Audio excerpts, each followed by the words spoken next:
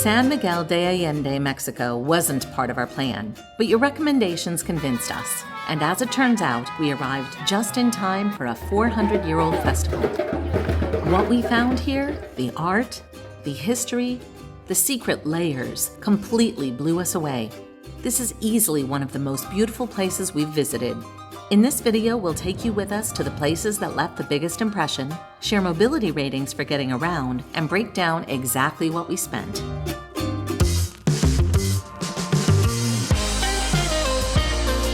I'm Judy. And I'm Kevin. Welcome back to Find Gina Marie, where we share our lives as full-time travelers and the connections we make along the way.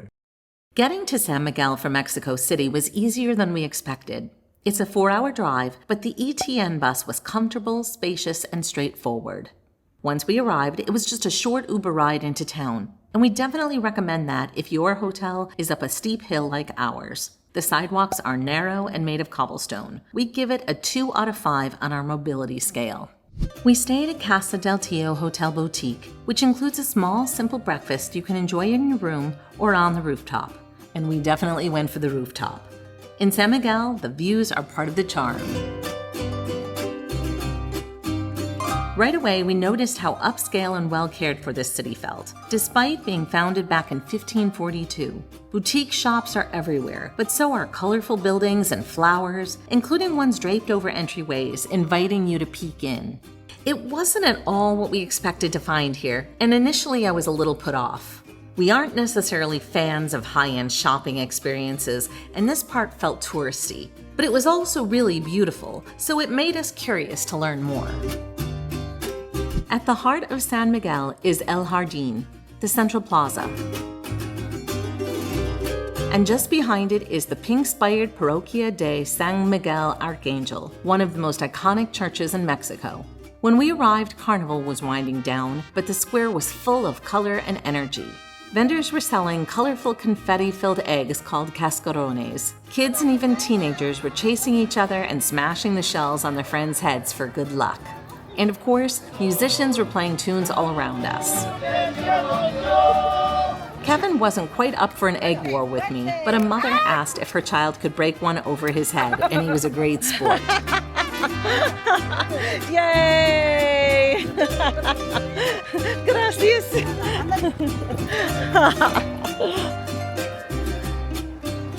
The square is the lifeblood of the city, and it's perfect for people watching, or spotting the giant papier-mâché puppets known as mojigangas. They show up in parades and festivals, but we also spotted them tucked into restaurants and shop windows. After living in Houston for nearly 30 years and spending a lot of time visiting Louisiana, it was fun to come across Hank's Bar. It's just a block or so from the square, and during Mardi Gras, it turns into a full-blown street party with live jazz, flowered leis, and dancing. Inside, they serve Cajun and Creole food with a Mexican twist. Hank's is a popular hangout for expats, and there are a lot of them here, but San Miguel feels like it knows how to make room for everyone: artists, retirees, locals, and visitors alike. The Parroquia itself is over 300 years old, but its famous pink neo-Gothic facade was added in the 1880s. Surprisingly, it wasn't designed by an architect. The parish priest hired a local stonemason known for his craftsmanship to update the deteriorated facade. He based the redesign on postcards he'd collected of European cathedrals in Cologne and France.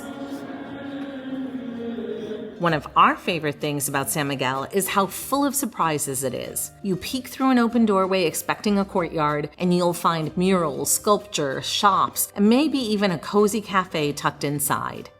The city feels like a treasure chest. You open it once and it's beautiful. You open it again and it's even better. There's just always something more to discover. Take Sunflower Cafe, for example. It's worth the climb up the stairs for the artwork alone, even if you don't eat there. We give it a 3 out of 5 on our mobility scale. If you're enjoying this walk through San Miguel, we'd love for you to subscribe if you haven't already.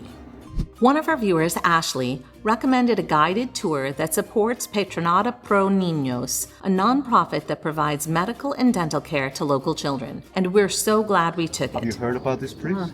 What's his name? Hidalgo. What? Hidalgo. Hidalgo. Oh, don't ever mention his name here in San Miguel. Get away from him. See, that just shows frictions. One of the most powerful things we learned was just how central San Miguel was to the start of Mexico's independence from Spain. We stopped outside the Casa de Allende, where revolutionaries met in secret to plan the uprising. Our guide encouraged us to pay a visit inside later, which we did.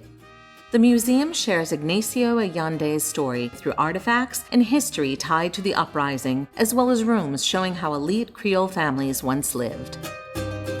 Walk a couple of blocks from El Jardín and explore Bellas Artes. It was built in the mid-1700s as a convent for cloistered nuns. This was probably the first ever tour we've been on where so many people already were familiar with the points of interest we were visiting. It felt more like locals showing their friends around than tourists seeing things for the first time. We met up with our friends Andrew and Christine, who've spent a lot of time in San Miguel, and they took us over to Fábrica la Aurora, a former textile mill that's now a massive complex of art galleries, studios, and antique shops. There are so many little corners to explore here: paintings, sculptures, handmade crafts, and more. Later, we grabbed lunch at La Biblioteca Pública, one of the largest bilingual libraries in Latin America. Like Bellas Artes, it was once a convent. It's a popular hangout for expats and locals alike. There's a cozy cafe, murals on the walls, a theater space, and a community board packed with posters for writing workshops, art classes, lectures, film nights, and more. Rooftop dining is everywhere in San Miguel. Probably the most famous is the Rosewood Hotel's Luna Bar. It's definitely a splurge, but the views are stunning. We couldn't afford a meal there, but drinks are a great option. There's an elevator, just ask the staff. We'd rated a 3 out of 5 on our mobility scale. We met up with our friends for dessert and drinks at Quince. It's lively, colorful, and full of surprises. We even saw a tightrope walker performing above the rooftop. The views of the Parroquia at night were magical, and we even caught a couple getting engaged right as we were leaving. Quince is all stairs, so we'd give it a 2.5 out of 5 for mobility. We were intrigued about Cañada de la Virgen, a sacred archaeological site 30 minutes outside of San Miguel, and so we booked a tour to explore it. Even though it's over 1,000 years old, the site only opened to the public in 2011, after decades of being hidden on private land tucked inside a canyon. The ceremonial platforms are aligned with the sun, the moon, and Venus, and are a cosmic calendar for rituals and observation. So the stairs here are pretty serious, but I think you can go to the sides and hold on. You can billy goat it, whatever you need to make it work. It's okay. They're not that bad, but they're shallow, so you can't get much of a foot on there. And it is actually worth the climb because it's quite interesting to see the other side and also where the dynamite went off. The walk-in takes about 25 minutes each way over uneven ground and gentle inclines, with stone stairs up to the main platform, so you'll want to be careful. Seemed like a further walk. That didn't seem too bad. No, it didn't at all. I mean, there's still more, but we're close enough. We're close enough. We're getting there. We're getting the visuals. It's not down in the valley still. We give it a 2 out of 5 on our mobility scale. If you love historical ruins, next week we'll be bringing you with us to Mexico City, and we'll be visiting Teotihuacan. You won't want to miss it.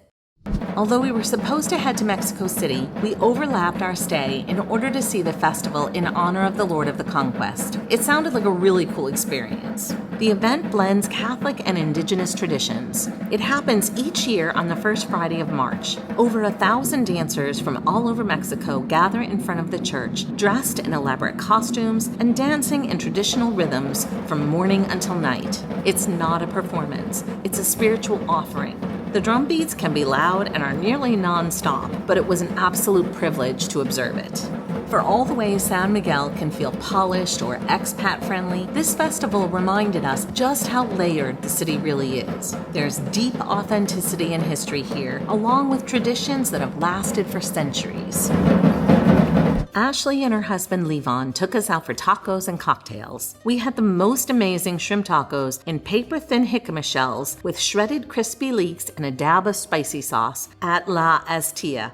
There's rooftop seating here, but there's no elevator access. For a full list of info about the restaurants we visited, check out our website. Is it mole at all, the sauce? It could be. I don't know. I'll be lying. I think it's pretty tasty. I think the biggest downside is today we came for coffee, and unfortunately the machine's not working, which is a big problem. big miss for Kevin. But Judy got a peanut butter drink smoothie. Peanut butter and chocolate. How can you pass that up? Yeah, I went for something more healthy, I guess. Fruit. I had fruit juice this morning. Oh, okay.